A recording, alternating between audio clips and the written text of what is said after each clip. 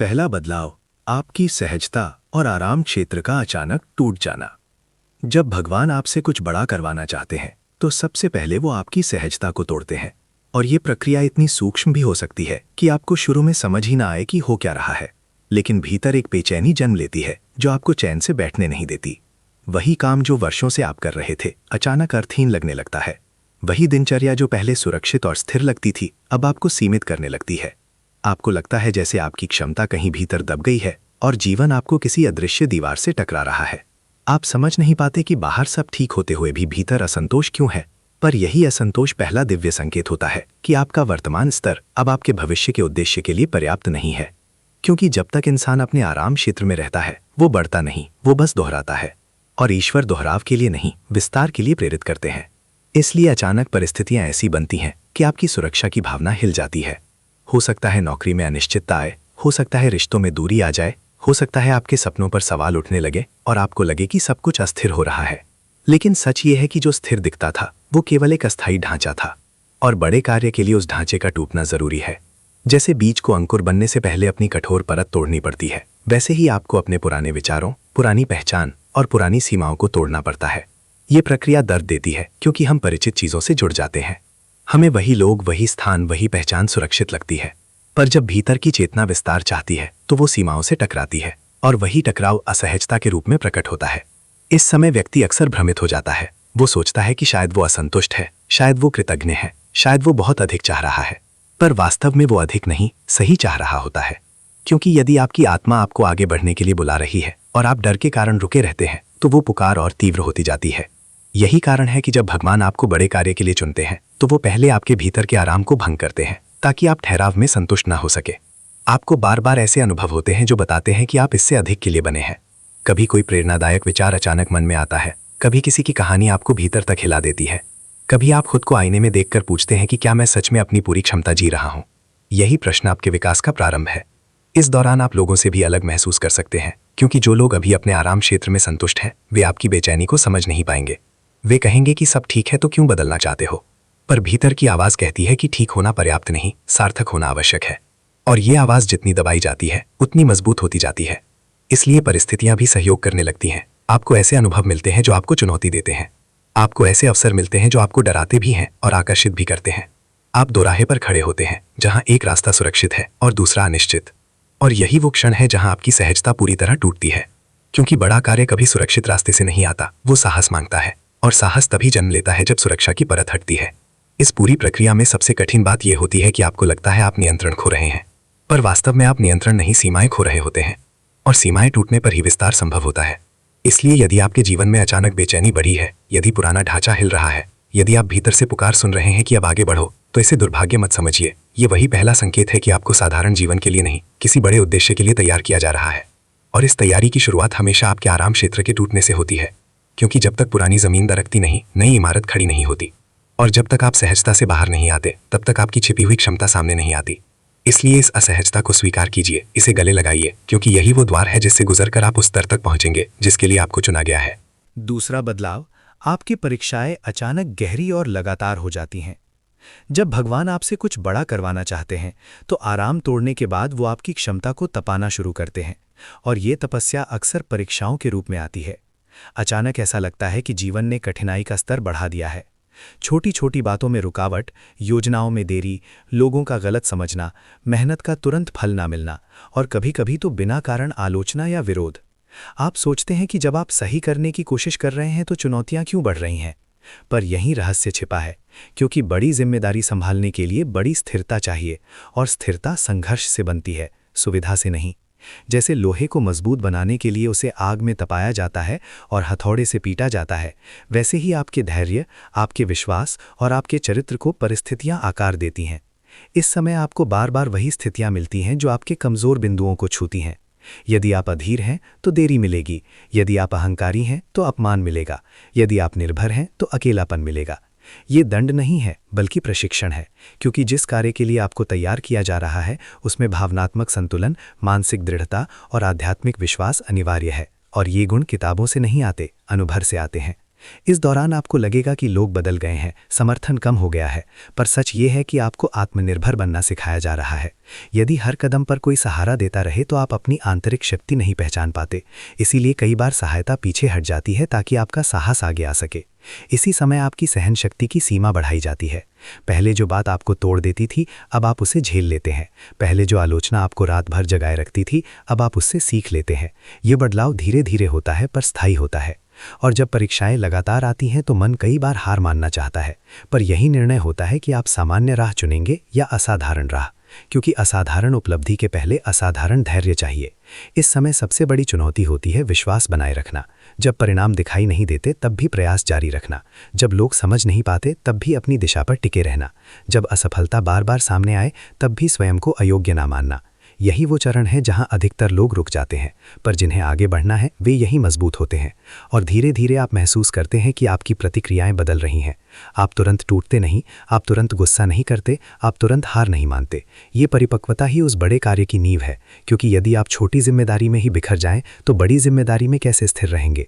इसीलिए यदि आपके जीवन में अचानक संघर्ष बढ़ गए हैं, यदि सब कुछ आपके धैर्य को परख रहा है, यदि आपको लगता है कि परीक्षा खत्म ही नहीं हो रही, तो संभव है ये वही चरण हो जहां आपको गढ़ा जा रहा है।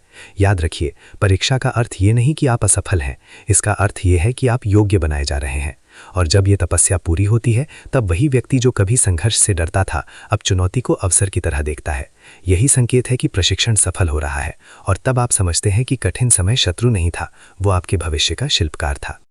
जब भगवान आपसे कुछ बड़ा करवाना चाहते हैं तो तीसरा बदलाव बहुत शांत लेकिन बहुत गहरा होता है, और वो है आपकी पहचान का टूटना और एक नई पहचान का जन्म लेना। शुरुआत में ये बदलाव आपको अस्थिर कर देता है, क्योंकि जो आप अब तक अपने बारे में मानते आए थे वो धीरे धीरे गिरने लगता है। आपको लगता है कि जो चीज़ें पहले आपको परिभाषित करती थीं वे अब उतनी महत्वपूर्ण नहीं रहीं। आपकी पुरानी इच्छाएं फीकी पड़ने लगती हैं। जिन लोगों की राय कभी आपके लिए सब कुछ थी उनका प्रभाव कम होने लगता है।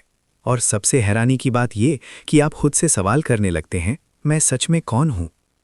ये सवाल साधारण नहीं होता, ये आत्मा का सवाल होता है। जब ये सवाल भीतर से उठता है तो समझ लीजिए कि भगवान आपको बाहरी पहचान से हटाकर आपकी असली पहचान की तरफ ले जा रहे हैं। इस बदलाव के दौरान आपको कई बार अकेलापन महसूस होगा। ऐसा लगेगा जैसे कोई आपको समझ नहीं पा रहा। आपके अपने भी कहेंगे कि आप बदल गए हैं। शायद आप सच में बदल रहे हैं, लेकिन ये बदलाव गलत दिशा में नहीं बल्कि गहराई की दिशा में होता है। भगवान जब किसी को बड़ा कार्य देना चाहते हैं तो पहले उसके भीतर की झूठी परतों को हटाते हैं। अहंकार की परत, दिखावे की परत, दूसरों को खुश करने की परत। जब ये परतें टूटती हैं तो दर्द होता है, क्योंकि हम उन्हें ही अपनी पहचान समझ बैठे थे, पर असली पहचान इन परतों के नीचे छिपी होती है। धीरे धीरे आपको एहसास होने लगता है कि आपकी खुशी बाहरी उपलब्धियों पर निर्भर नहीं है। आप पहले की तरह हर बात पर प्रतिक्रिया नहीं देते। आप रुकते हैं, देखते हैं, समझते हैं। आप भीतर से मजबूत होने लगते हैं। ये मजबूती शोर नहीं करती, ये चुपचाप खड़ी रहती है। जब लोग आपको उकसाते हैं तब भी आप संतुलित रहते हैं। जब हालात बिगड़ते हैं तब भी आप टूटते नहीं।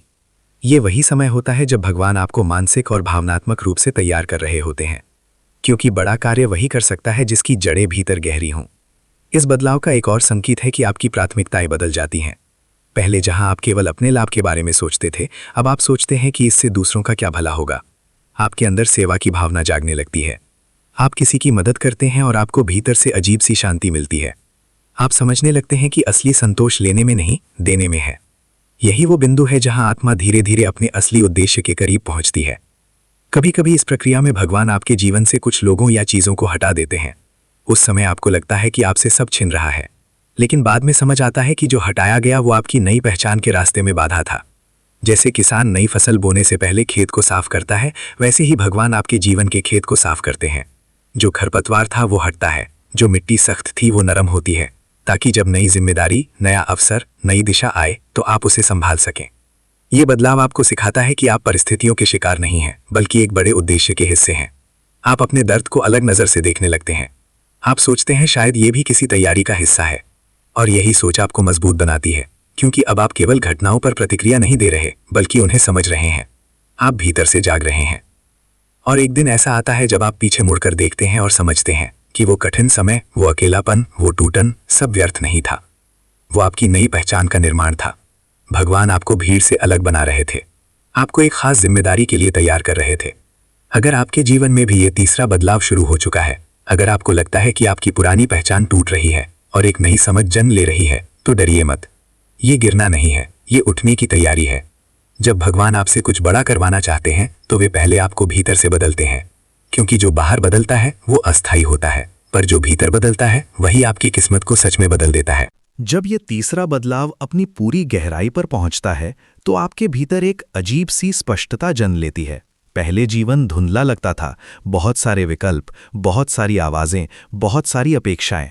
अब सब कुछ सिमटने लगता है, जैसे भीतर कोई दिशा सूचक यंत्र चालू हो गया हो। आप हर काम करने से पहले खुद से पूछते हैं, क्या ये मेरे असली मार्ग के साथ मेल खाता है? और अगर जवाब नहीं होता है तो आप मना करना सीख जाते हैं। ये मना करना ही आपकी नई ताकत बनता है, क्योंकि पहले आप डरते थे कि लोग क्या कहेंगे।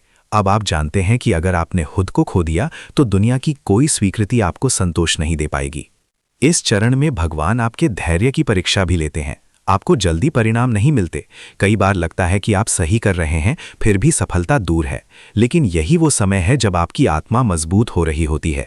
जैसे सोना आग में तपकर ही शुद्ध होता है, वैसे ही आपकी नीयत, आपकी श्रद्धा और आपकी लगन तपती है। आप बार बार गिरते हैं, लेकिन इस बार गिरना आपको तोड़ता नहीं, सिखाता है। आप समझ जाते हैं कि असली जीत बाहरी तालियों से नहीं, भीतर की शांति से मिलती है। धीरे धीरे आपके शब्दों में वजन आ जाता है। लोग आपको सुनने लगते हैं, भले आप खुद को खास ना माने।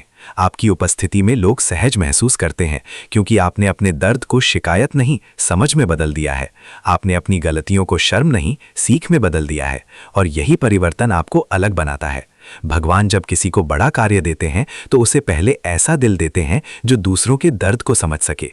अगर आपने खुद दर्द नहीं जिया तो आप किसी और को रास्ता नहीं दिखा सकते। इस दौरान कई बार आपको लगेगा कि सब कुछ धीमा क्यों है, क्यों आपकी मेहनत का फल तुरंत नहीं मिलता। लेकिन सोचिए, अगर पेड़ को जल्दी बड़ा कर दिया जाए तो उसकी जड़ें कमजोर रह जाएंगी। भगवान आपको धीरे बढ़ा रहे हैं ताकि आपकी जड़ें गहरी हों, ताकि जब सफलता की हवा तेज चले तो आप गिरे नहीं। ये धीमापन सजा नहीं है, ये सुरक्षा है। आपके रिश्तों में भी बदलाव आता है। कुछ लोग दूर हो जाते हैं क्योंकि अब आपकी सोच उनसे मेल नहीं खाती। पहले आप हर किसी को खुश करने की कोशिश करते थे, अब आप सच्चाई को चुनते हैं, और सच्चाई हर किसी को पसंद नहीं आती। लेकिन जो लोग आपके साथ बने रहते हैं वे असली होते हैं, वे आपकी आत्मा के साथ ही बनते हैं। भगवान आपके चारों तरफ ऐसा घेरा बना देते हैं जो आपके मिशन में मदद करे, ना कि आपको भटकाए। एक और गहरा संकेत यह है कि आपको अपने डर का सामना करना पड़ता है। जो चीज आपको सबसे ज्यादा डराती थी वही आपके सामने खड़ी हो जाती है। हो सकता है वो सार्वजनिक बोलना हो, कोई बड़ा निर्णय हो, या कोई पुरानी याद जिसे आपने दबा रखा था। भगवान आपको उससे भागने नहीं देते, क्योंकि जिस डर के पीछे आपका उद्देश्य छिपा होता है उसे पार किए बिना आप आगे नहीं बढ़ सकते। जब आप उस डर का सामना करते हैं तो आप समझते हैं कि वो इतना बड़ा था ही नहीं जितना आपने सोचा था। असली बाधा डर नहीं था, आपका भ्रम था। इस चरण में आपकी प्रार्थना भी बदल जाती है। पहले आप मांगते थे, मुझे ये दे दो, मेरी ये समस्या हल कर दो। अब आप कहते हैं, मुझे सही दिशा दिखाओ, मुझे सही बनाओ। ये बदलाव बहुत सूक्ष्म है, लेकिन यही असली परिपक्वता है। जब आप परिणाम की जगह प्रक्रिया पर भरोसा करने लगते हैं तो भगवान भी आप पर भरोसा करने लगते हैं। और फिर एक दिन अचानक आपको महसूस होता है कि आप वही व्यक्ति नहीं रहे जो कुछ साल पहले थे। आपकी सोच, आपकी प्राथमिकताएं, आपका नजरिया सब बदल चुका है। जो बातें पहले आपको तोड़ देती थीं अब आपको हिला भी नहीं पाती। जो सपने पहले असंभव लगते थे अब आपको संभव दिखने लगते हैं, क्योंकि आपने भीतर वो ताकत बना ली है जो किसी भी चुनौती को स्वीकार कर सके।